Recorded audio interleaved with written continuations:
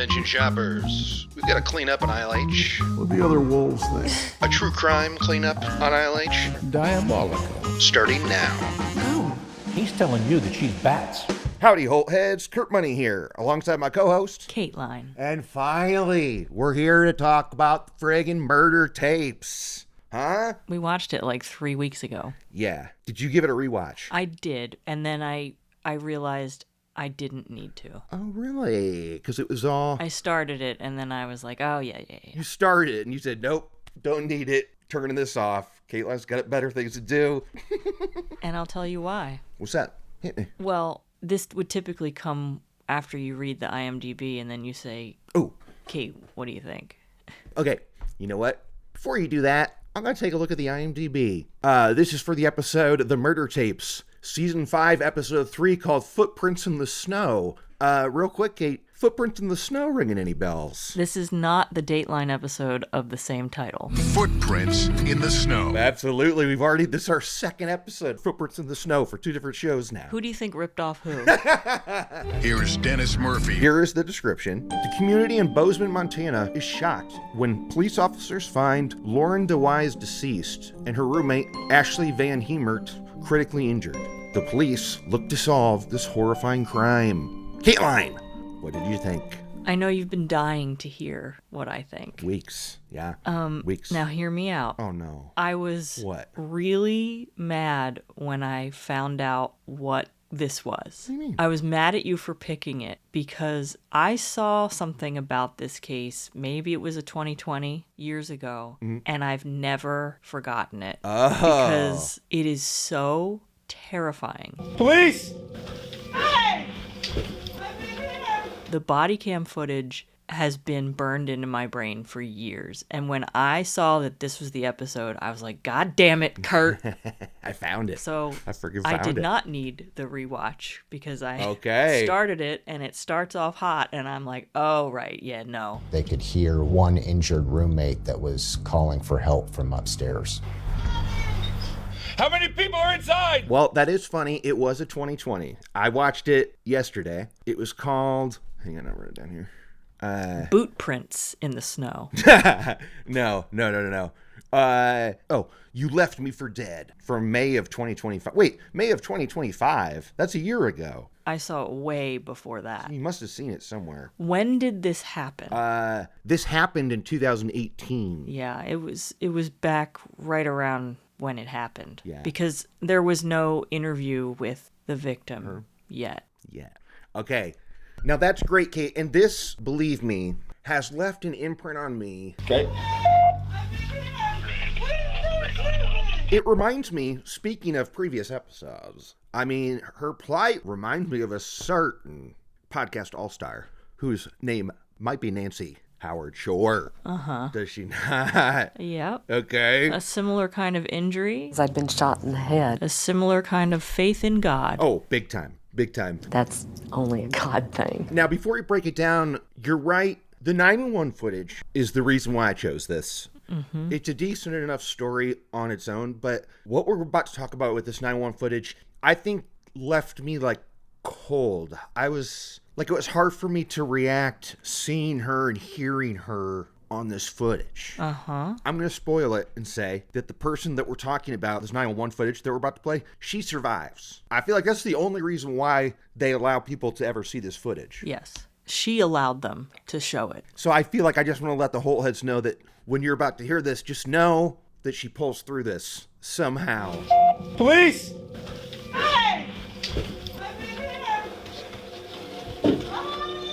Bozman, Montana, 911 call comes in, and we can hear it. There is a guy going, hey, my neighbor just came over freaking out, saying that, like, she got home and her roommate's dead, and her other roommate was shot, but she was just, like, scared to do anything. She told me to call you. Okay. The roommate Ashley is the one that's still alive. She is still alive? She said she is, yes. Okay, tell her to take a deep breath, okay? I'm going to ask you some questions. He sounds very confused. I don't think he really believed what the neighbor was telling him, but he was just doing what she asked, calling the cops. Because the cops arrive without a sense of urgency. So we have 2 people upstairs. Is that what you're telling me? Okay. She's outside. The neighbor is outside, frantic. She tells us that she just got home. She was out all night. She got back to the house, went inside. Her roommate was dead, and her other roommate had been injured but was still alive and yelling for help. She didn't know if there was somebody still inside the house who'd done this to them, so she ran out. She said she was hardly even in there. She just, bolted. Yeah, so 2 cops are approaching the scene, and because she's like, the door was a little open, so you can just walk in there. And before these cops even go in there, there's the cop machine doing its work in this episode where they're going it's like they're trying to front porch the fact, you're going to see some cops not jump on it instantly. Kurt. And it's because of the situation, right? Kurt, I was so angry. I was angry all over again because I remembered being angry before. When officers went in, first thing they had to do was clear the house to determine if there was still a suspect there. Garage clear. But these cops, I get that they don't know if the house is clear. They don't know if it's safe for them to enter. But there is, again, no sense of urgency this entire time. Even when they find the victim still alive, they are not helping her. And they keep leaving her to search. And you can hear her yelling. As soon as they open the door, you can faintly hear. You can hear her upstairs yelling for help. And they're like, nah, we're going to go check the basement first. We're going to check a closet. We're going to check another closet. We're going to do this and that. And it's like, y'all, time is running out. Yeah. Who knows how long she's been laying there? Hours. Yeah. We're coming. Belgrade Police, show me your hands. She's cold to the touch. Okay. She's livid. Okay. And I get that they've got to clear the scene, I suppose, but this would be my counter to the cops. Because like I said, the talking heads are working right away to go you're going to want to think that these cops are lazy or not doing anything. But here is the things you got to do on a crime scene. And they say, you got to clear the scene. But I would argue in this case, and in other times I've seen this, it's like they'll poke the head in their kitchen and go, clear. Kitchen's clear. Kitchen clear. There could have been someone ducking behind the counter. Absolutely. They're not even really clearing anything, I feel. No, they're just wasting time until the paramedics can come who can actually, help. And when you hear this, help, help. So they see the one dead body. They identified the victim as Lauren DeWise. So the cops make their way into Ashley's room, and she is laying in the doorway in her pajamas, covered in blood and blood all around her, but she's conscious and looking basically right up at the ceiling almost, and she's pleading for help. And the cops start to interact with her, and I could tell immediately that this is a brain injury and she can't see. It took these cops a very long time to figure that out. Yeah. Can you tell me what happened? I don't know, sir. You don't know, Ashley? No. Okay, my name's Officer Robinson, okay? What's your name? My name's Officer Robinson. Are you lying to me? No. She's covered in blood, and there's blood all over the room. But one thing we haven't mentioned is that her right arm she's on her back, but her right arm is suspended up. Yeah. It's stuck in the up position, and she's going, hello, who are you? When they first walk in there, she's like, who is that? Please don't shoot me. Please don't shoot me. Yeah. Because the last person that was in that room did shoot her. Also, she knows that cops suck. And they shoot before they ask any questions. Yeah. And she's like, yeah, please don't shoot me. And one, you're worried about her because of the scene. It's bloody. She's clearly been shot somewhere. But she's saying stuff that is also concerning, like, where are you? I can't see you. I can't see you. My name's Ashley. Ashley, what's going on? Who shot you? Nobody. Oh, what happened? I don't know. Please come here. Who did? I don't believe. And he's, what's the cop doing? Waving his hand in front of her face. What this scene needed was a woman, a lady cop, because a lady cop would have instantly been a little bit more tender with the bedside manner. Like this cop, I don't know why it took them so long to figure it out that yes, that's a gunshot wound to the head. She's blind now. Yeah. Her arm is stuck up because of the brain injury. You can hear her voice is all messed up. I'm the police, right here. Where are you? I'm right here. Can you see me? Where are you? I'm right here. Where? It's almost like they don't care. Or they don't believe her when she's like, I can't see you. And they're like, what do you mean? Well, yeah. I guess I'm not coming for the cops. Oh, I'm coming for the cops hard. I hate them in this episode. Really? Yes. Really? This scene, the fact that it sticks with you because she's in so much pain and like, or actually, she might not even be in pain because she's so badly injured, but she's in so much distress, and that the cops are just the exact opposite of what I know I would want in that situation. Yeah.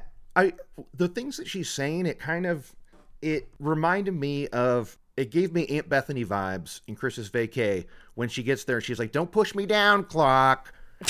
Don't throw me down, clock. I'll try not to, Aunt Bethany. Like, because that's what this lady, she's going, like, I've been here. Are you lying to me? She's asking the cops. Are you lying to me? She's not making any sense. Police! Please don't shoot me! Who shot you? No, please don't shoot me! I'm not gonna shoot you, ma'am. They do not wait for the paramedics, do they, though? Do they not? No. They make another thing that they set up with the talking head covering it first beforehand, where they're like, look, this is the worst thing to have for a cop when the victim can't tell him what's wrong or whatever. So they make the executive decision to straight up just pick her up with a blanket and carry her downstairs so the paramedics can get her on the first floor. So we see them, this woman whose arm is stuck in the air, she's blinded, the back of her head is oozing blood, or was oozing blood hours and hours ago. They straight up pick her up and carry her down the stairs. And so they grabbed Ashley and moved her out. What are you doing, sir? We're gonna pick you up and carry you. Carry me back. Where are you carrying We're coming down. What are you thinking there? I'm thinking, I don't know if that's such a great idea. Yeah. I mean, I'm with you because I feel like this is what Rosemary's worried about when the frame was pinning Tom down, when she's like, he could have a broken nerve or whatever. Don't pick him up. Totally. Right? Like, that's what I'm worried about. Maybe if we both grab a side, we can... Back off, Kenny. Might have spinal damage. Can't move him. And also, if there's a wound that her laying there is holding it together and they lift her up and all of a sudden she like bleeds out, you never know. Yeah. They finally do get her down and there's like a crowd of people looking because the paramedics are there and they say, you hear on the footage, who's the most senior paramedic? Who's the most senior paramedic? I mean, I feel like they've got it now in this moment. They've got an urgency to it, I feel. Yes. What did you think there was like, look, if any of the scrubs showed up today, do not step up right now. Like, we need the A-team on this. Yeah. Step forward and take care of this. Yes, but good Lord, did it take too long to figure that out. What happened to you? Where are you bleeding from? I'm not bleeding. Okay, well, how do you have blood all over you? Do I? Yes, ma'am. I don't know why I do. Yeah, this is what the cops said. They said, sometimes you just got to say, damn the evidence. Yeah. They said, damn the evidence, like they're some sort of rock stars or something. Oh, my hero. It was all about saving of life right that moment. Damn the evidence and the rest. Let's move on. Let's try and save her. Okay, so they rush her to the hospital. Her roommate, Lauren DeWise, unfortunately is dead. And we find out that Ashley Van Hemert, although when you watch the 2020, John Quiñones says Hemert. There's some weird pronunciation stuff on that. John Quiñones, no doubt probably my favorite 2020 correspondent. Oh, yeah. Because, I mean, it's not a hard list to top, No. as we know. No, but he's old school. I remember him from when I was like, 6. Yeah, and I've loved his name since then. Because it sounds a lot like balls. Like Quiñones. Right? I mean, it's not it, but it certainly sounds like it. One thing we got to say, the murder tapes, have you ever seen this show before? No. This was new to you. The premise of it, it's kind of like it's built. The backbone of the show is that they're going to tell you this whole episode through the body cam footage and interrogation footage of the people. It's kind of like, this is going to be a found footage thing. We're only going to use the footage that we have. But then they still do talking heads, so it's basically exactly like every other show, because that's what every other murder show does. There's nothing different about it. They do play more of the in-betweens of cops than we're used to, I think. And I feel like I brought this up about this show like a few years ago, because I was like, it shows you a side of cops that you don't necessarily see. Like the one that they want you to see, where they're going, damn the evidence. We just had to get in there, but they got to clear the scene. We got to do this. We got to do that. It was a hastily cleared scene. We didn't check every corner, every nook, every cranny. But then you watch this. This is the show that made me realize that sometimes cops are just like inexperienced bros out there. Like, I don't want to go in. You go in. No, you go in. Yes, and it wasn't this one, and I knew I was going to say this on mic, and it was going to force myself to have to find this episode, which is so annoying, Kate, because I don't remember when or what season, and there's been like 80 episodes of this show. But a cop literally walked in on a crime scene and went, holy shnikes. Holy shnikes, he said. Cool. Is that what you want to hear from a cop that shows up to a crime scene? No.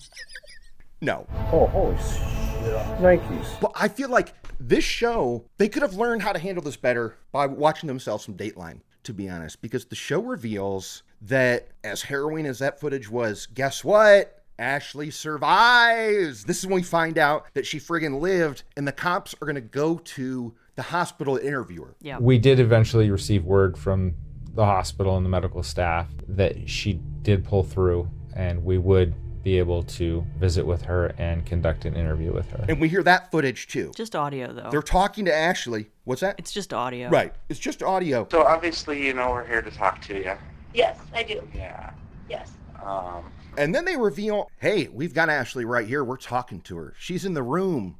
Okay? I don't really remember, like, at first waking up because I was in the ICU. Now this is a reveal to be milked. A reveal to be set up and properly revealed. I mean, how many Datelines have we watched, Kate, where they're like, and when you know it, she's here to tell her story today.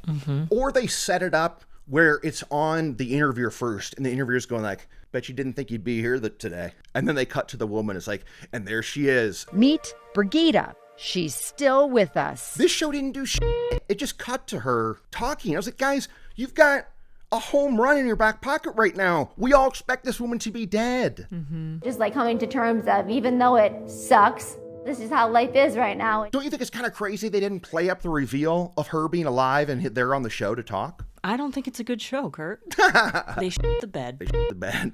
You've got no patience for the cops that showed up on the scene or the production team that showed up for murder tapes today. You're just like, Nobody's fitting their job description today.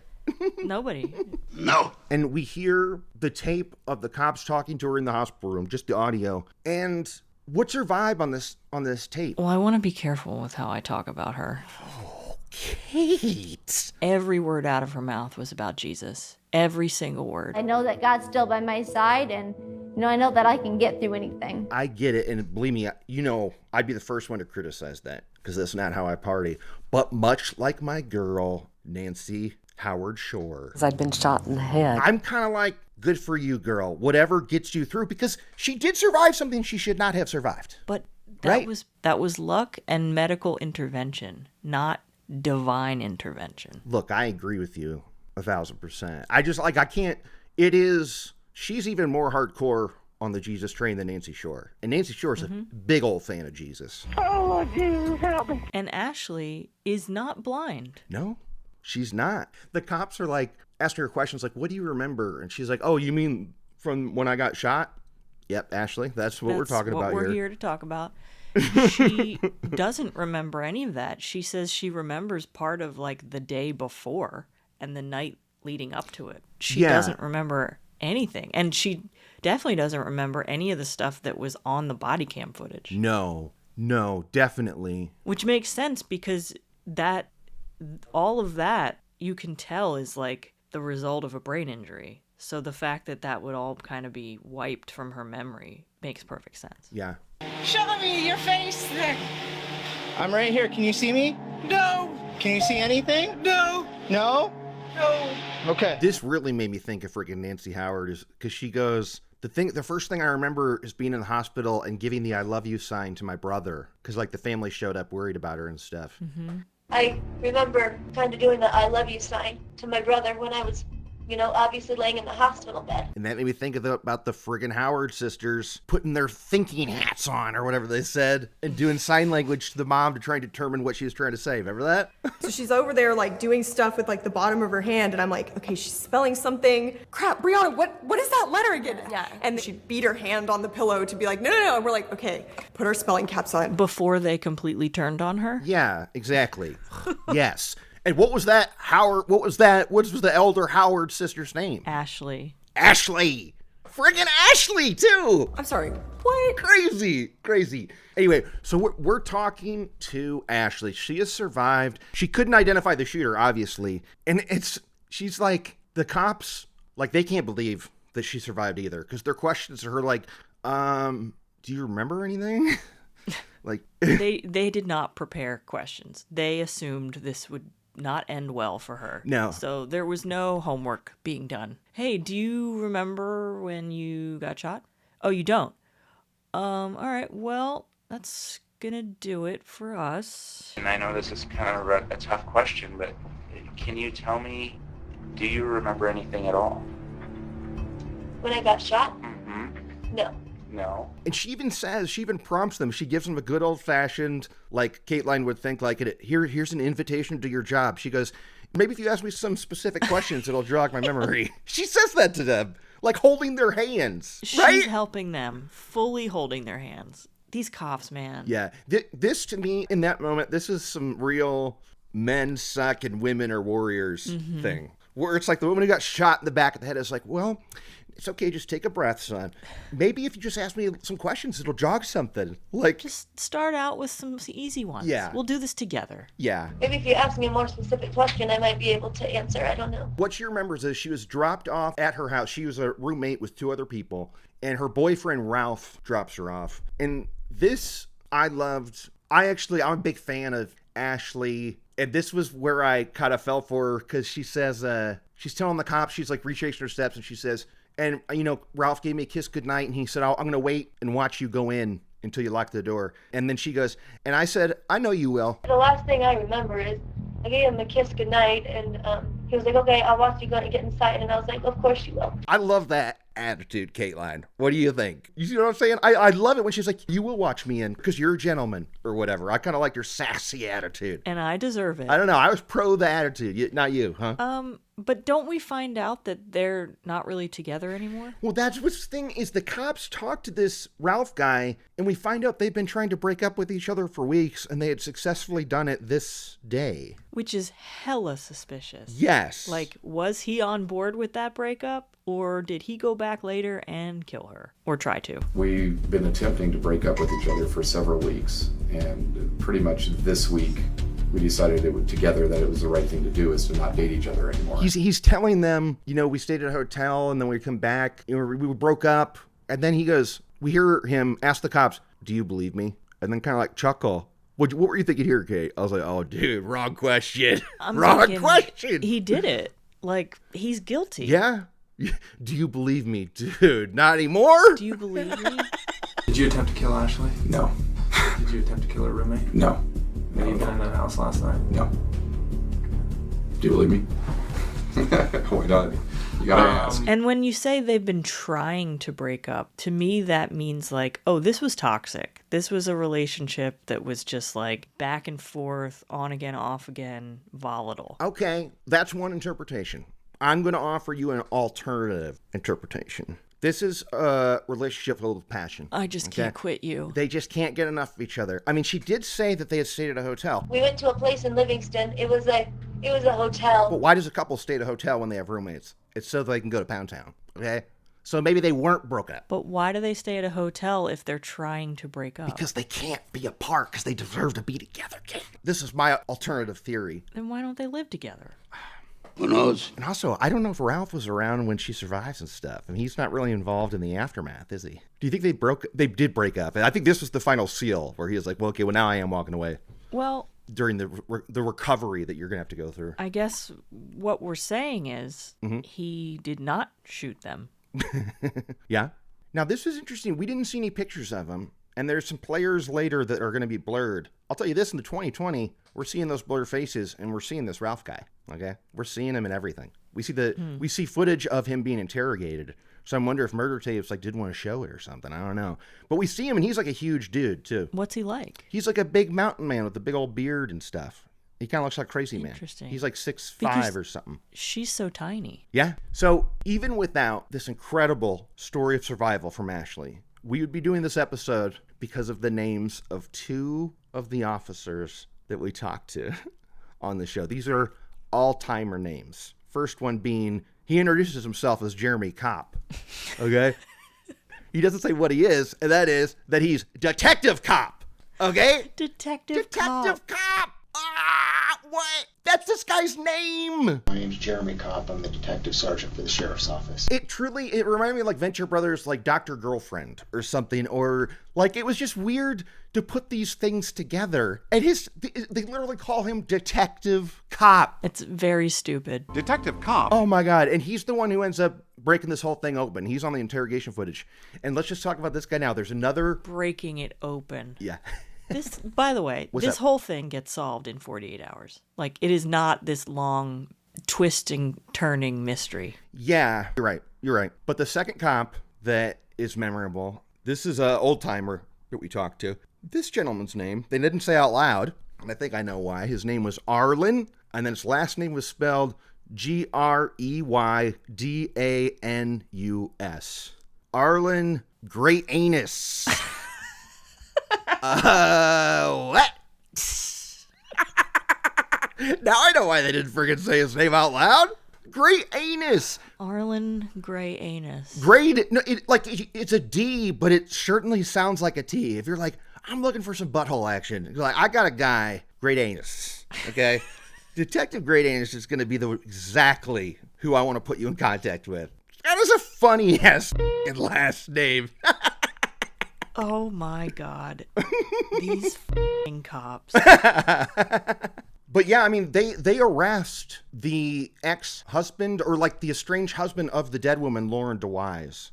She's separated from her husband, Paul. They have kids together. There's kids from a previous marriage. But they straight up arrest this dude to interview him, don't they? Mm-hmm. This was very confusing to me. I thought the same thing. They didn't reach out to him and say, hey, can we ask you a couple questions? Yeah. We see interview footage, so he does go down there and they do all the usual questions. But to get him down there, they straight up pull his car over like 40 feet from his house and they draw several guns on him and put him in cuffs to bring him downtown. And I'm thinking, well, that's not protocol. Then I realize, because this was solved within 48 hours. So, like, they can't be like, and then we just had him come on down and ask him some questions. It was like, no, they already knew. Right. They knew. Turn around. Look away from me. Walk backwards. Keep coming. Keep coming. Stop. Get on the ground. Get on the ground.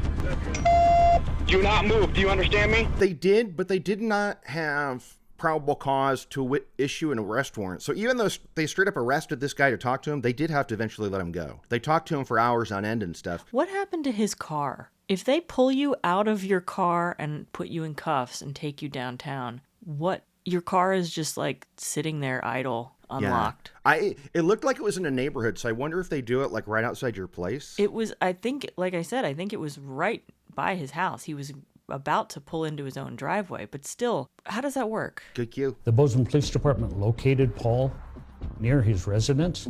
They stopped him in a traffic stop. This is Paul DeWise that we're talking to, and we see some excellent quality interrogation footage. We got 2 angles on him in here, and they break it to him on camera, don't they? He's like, why? What's wrong? What's wrong with Lauren, right? And this cop is equally prepared as the one who interviewed Ashley, where he is just tripping over stuff going, well, the thing is, she's not here anymore. She didn't make it. Yeah. He's like, very she's weird. Dead? Yeah. Yeah. Very weird. I just kind of wanted to touch base with you to see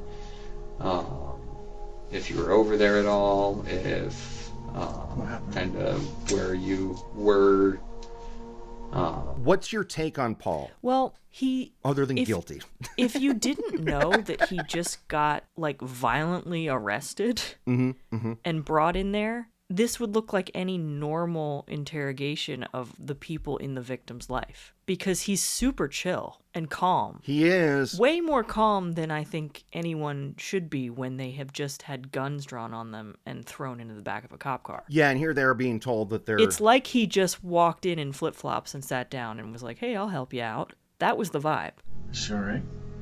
Well, not really. Yeah, and I was really watching his face when they told him, and I was like, all right, well, I guess he's acting kind of shocked. But the Kateline golden rule, I was like, interesting. Those eyes are awfully dry. Mm-hmm. Were they not? No tears. And we see some pictures of him, too. Does he qualify as crazy eyes? He's close in a few of them, I would argue. Yeah, we see a lot of, we see these photos of him with Lauren and their kids and all sorts of different, family outings. And knowing that he's a murderer after the fact, I think you can see it in those photos, but I don't know that I would assume that if I didn't already know. Yeah. First time watching this episode, I was really, even though I suspicious that the eyes were dry, I really wasn't thinking he's super guilty, but it is something when you watch in hindsight, well, it's like, of course it's this guy. Because they ask him, what's your relationship like with your ex-wife or your estranged wife? And he's like, well, depends who you ask. I mean, she's doing just fine, but I'm really struggling with it. Depends on who you ask. Like, for her, it's fine. For me, it's been really tough. I want to know from you. I've had trouble dealing with it, Like, it was almost a level of honesty where it's like, he couldn't be the one who would do it because this is so obvious right now. You would never tell the cops that you're not over it. Yeah. And that it's easy for her, right? That she can just go on and live her life and get a new, house with roommates, and it's like I never exist. Yeah. You don't say that. No. And he is willing to give up his phone so they can do their forensic thing to it. But before that, they start getting lab results back from the scene of the crime. There had been literal footprints in the snow, and we see those footprints walking up to the back door and it breaking in. So obviously the entry point was in the back. There was a lot of footwear impressions leading from essentially the front of the residence to the back door, which had been obviously kicked in. Now we see pictures of these footprints in the snow, and they're in red. Now I assume that was blood. 2020 made me wise to this. It was not blood. That red stuff we saw. They spray it to get the print. You know about this? Is that what you're saying? Well, I had a feeling that's what it was because there was so much of it. And blood wouldn't be that poured onto it, basically. Yeah, why would there be these red spots? But they show pictures of it, and I don't know, until I watched the 2020, I thought it was blood. Is that some sort of high-tech forensic tool? I wouldn't call it high-tech by any means, but we will spray paint these prints. I feel like Murder Tapes didn't say it's red because of this very cool thing that they spray on snow so that you can see prints, right? This is up there with Blue Star, I feel. And this magic spray. And why red? Don't you think that would interfere with crime scenes? What's the blood and what's not? Which that's a great question. We're talking about the docuseries The Staircase. Something that always bothered me about that was all along the stairwell, they were talking about how blood was everywhere, and it was so much blood for just a fall down the stairs. And my thing is she was holding red wine when she fell. A lot of that on the stairs was wine. Yeah. So when you're dealing with liquids that are the same colors, it messes up the crime scene. And why not have a blue spray, a green spray? Purple or something. Purple. Yeah. Purple would be really cute. It would be cute, wouldn't it? Yeah, I guess red is a weird color. I wonder if they could pick that. And these idiot cops picked red. Yeah, it needs to stand out, okay? No, not yellow. That would look like pee, idiot. No, that's dumb. Let's make it red. There's nothing at crime scenes that are red, right? Good, honey. So the results are coming in, and they're going, not only are there footprints in the snow, there are 2 sets of footprints, and one of them is considerably smaller than the other. So what's this tell them? This tells them that there's an accomplice, and it might be a child. Yeah, and so they're bringing in the kids, and they don't say his name, and they blur out his face on Murder Tapes. He expressed his own concerns and struggles that he was having with the breakup of the relationship between Paul and Lauren. 2020 says his name, and we see him testify in court and in this room unblurred. Okay, his name is Joe. I wonder why 2020 it was obviously past the trial and stuff, so he was 17 at the time, right? Why doesn't murder tape show him? I don't know. Who do you think could do something like that? I have no idea.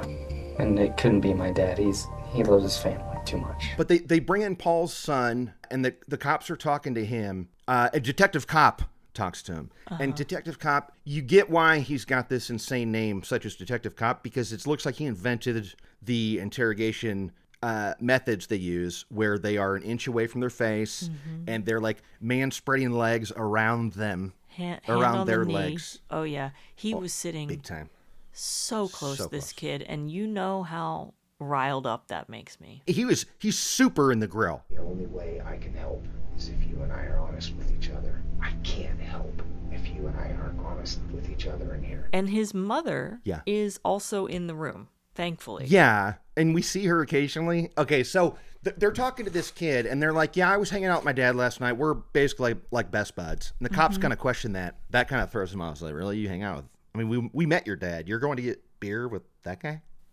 Yeah, they're like he's like around midnight we went to the gas station, we did a beer run, and the cops are like, why would you wanted to go on the beer run with him? And he's like, yeah, I didn't think that was suspicious. It's not a big deal. Like that did not throw me, but the cops were really, I think, weirded out by that he would go on the beer run. Why'd you go? I just go with him just because. Yeah. Do you hang with your dad quite a bit? Yeah. You and your dad pretty tight? Yeah. Yeah, and then according to this son, they get home, and he says that he goes to bed, and then he hears his dad step out again. And this was so weird in the retelling, because when the son is saying what happened, he says, so I got into bed, and then I said goodnight, and I said, I love you, dear dad. He says those words, and I said, I love you, dear dad. Isn't that weird? It's like that crazy guy saying father this and father that or something. There's something off about it. Where it was dear dad. Is that what you call him? You didn't say that. Yeah, nope. yeah. That never happened. Love you, dear dad. Then he says supposedly he goes to bed and he can hear his dad leave. But thanks to some good old-fashioned sitting real close up in his grill and saying, help me help you. Help me help you. He's literally saying the exact Jerry Maguire words. Oh, all the textbook bullshit. Help me help you, he says. Help me help you. I can't help you if you don't tell me what happened, which you're not going to help them either way. Yeah. Like, what is that? What do they think that means? They're not there to help anybody. The only thing it's helping is close the case. But they not fall for it? I mean, the guy starts singing. We wouldn't fall for it. That's for damn sure. Hell no. Hell no. Yes! And it's funny because he's getting more and more information out of the son, and he finally gets him to admit that, okay, he didn't go to bed. He didn't say, I love you, dear dad. He said, dear dad, I guess I'm going to come with. Because he goes to the crime scene, and he even admits he went inside with his dad to the house. He now puts himself at the crime scene. Mm-hmm. And he's like saying that he like waited in the living room while he went upstairs. And you hear the mom off screen ask, what we're all wondering, why'd you go inside? And without looking at her, the cop is pissed. You hear the cop go, Mom, please? Mm-hmm. Mom, please? Like, I'm in the zone right now, Mom. Okay? Can you shut the f*** up? He's talking, and I don't want you to ruin it. Yeah. So finally, the kid breaks. What do we hear about dear old Dad Paul, his drinking buddy, his midnight run bud? This kid starts crying, starts telling them that his dad was not over Lauren, and that she was like a mom to him, which... I wondered how his mom about that. I wondered what she thought when he said, like, we were really close. Lauren and I were really, really close. She was basically my mom. Yes, and I'm with you. I thought the same thing. I was going, hey, whoa, dude, your real mom's in the room. Mm-hmm. And you can hear him double back on it. It's like he realized, oh, my real mom's in the room when I'm saying this. She was like a mom to me. We were close. Yeah. She was like my mom. But she wasn't my mom, but she was pretty much like my mom. Yeah, and the mom, when it all breaks and the cop is up in the grill and hugging him and stuff, the mom kind of wants to go in for an embrace and she can't, so she just like falls against the wall and cries apart from the son who's like broing down with this cop. He's finally able to help him. Yeah, because he's finally able to do it. The mom realizes, oh my God, I had kids with a murderer. Yeah, and you hear her, I forget if this is in the 2020 or Murder Taste, but you can hear her going like, what kind of father... Because he basically like forced his son into being an accomplice to him. I mean, that's what we're hearing from this son, who is blurred out and we don't hear his name, so clearly he is not charged with anything here. Mm-hmm. I put this to you, though, Kateline. Do you think that he did say everything? What do you think? I think so, because they don't find the bloody boot prints elsewhere in the house. They only find the one set, right?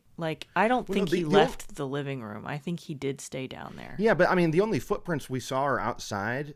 It's not like there are footprints of Paul upstairs. And according to the son, he can hear gunshots upstairs, and he's just down there flipping out, thinking, what the hell are you doing? I don't know, though, because also they said that it was different caliber. It looked like it was more than one gun was used or something. So you think they both went up there and they both shot? I don't know. The kid, I mean, his story starts with he laid his head down to rest while thy father went outside to do whatever. Thy father.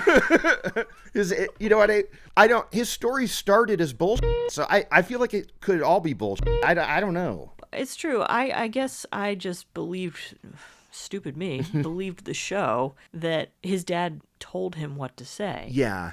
And he loves his dad, so he's doing what he says. And they say, so they realize it's probably this kid because they do the measures, the measuring on these footprints. And one of them is a size 6. That's tiny. That's tiny. And they ask, the 2020 had way better interrogation footage because they have them asking him what size boot he wears. And he's like 6 regular. What size of boot do you wear? 6 regular. And the audience, you're going, what? Is this kid, yeah, he's 17? Yeah, size 6. How does he, is he 5'1"? We saw him. He looks kind of normal size to me. I was shook that he's offered that up and stuff and that they didn't go isn't that weird? It feels odd, I feel. Why are his feet so small? 6 is kind of as low as they go for adult shoes. When you get into the 4s and the 5s, you're in kid shoes. Yeah. You know what I mean? Absolutely. 5 is the youngest. 5 is the smallest I've seen a regular adult shoe size. But yeah, 4? Because if he's a 6, he's a 4 women's. Yeah. And that's little kid shoes. They don't make 4s unless it's a specialty size. I know from my aunt, she wore size 3. And size 3? Uh-huh. Damn, those are sometimes 2. What? So she had to shop at little kid shoe stores, but sometimes she could find an adult shoe that was maybe as low as 4, maybe. Wow. Boy, I feel for her for buying shoes her whole life, huh? Mm-hmm. I bet it sucks. Yeah, it started to get better when Nordstrom had a kids section because they had little versions of adult shoes, so she didn't feel like she was wearing little kid shoes. Yeah. But don't feel bad. She had hundreds of shoes. Shoes and bags were her thing, so okay. She was fine. But hearing all this from the son, now they do have enough to issue a warrant. They arrest the dude. And when we see the footage of him getting arrested on 2020, and that was when he was coming home from church with the 3 kids, who's sitting in the front seat of that car that they pulled over and left on the side of the road? Joe. But this freaking son. Yeah, Joe's in shotgun. You can kind of see him in the background there. Wow. So they've got him arrested, and we're about to go to trial, and this show skips the trial, kind of, don't they? They just straight up say, he got this and this, and he got 220 years? Yeah. Don't they kind of just straight up get to it? Paul DeWise was sentenced to 220 years for the murder of his wife, Lauren DeWise, and for the attempted homicide of Ashley Van Hemert. Well, we start to learn more about the weeks and months leading up to this and how this guy was psychotically harassing her. Yeah, now how do we find that out? This is what shook me, and 2020 kind of cleared it up. I feel like I'm giving 2020 points, but I got to give him points here. Paul, who was willingly gave up his phone to police, he had hours of recorded conversations that he recorded of him and Lauren where he's quietly telling her that he's going to kill her and stuff. That was all from his phone. Yeah, and you can hear her saying, please stop. Yeah. Don't say that. And he's like, no, you're going to die. I'm going to murder you and you're going to die. And we hear it. Are you seeing this? I'm gonna do an innocent favor. I don't think I've done everything for hundreds and hundreds of text messages of him threatening to kill her, and she gets a restraining order and all that stuff, but it doesn't do shit, of course. Yeah, they even show what looked like it was a text that he sent to someone. Now, I paused it so I could read it. It was he had taken a screenshot of his own text and posted it to Facebook. And this is him talking about his ex-wife, and not even ex-wife. In this post, he's talking about how they need to be a church family, and she was sleeping around on him. And the story literally begins is he's going, I caught her making out with a guy in a parking lot, and then I had to beat that guy up. And then I turn around, and then she's making out with another guy. This is all from this one post where he's like talking about how she's like a floozy or something. But weren't they already separated and she's living her own life in a house with roommates? Like, she can make out with whoever she wants. That's what I would want to present to him here.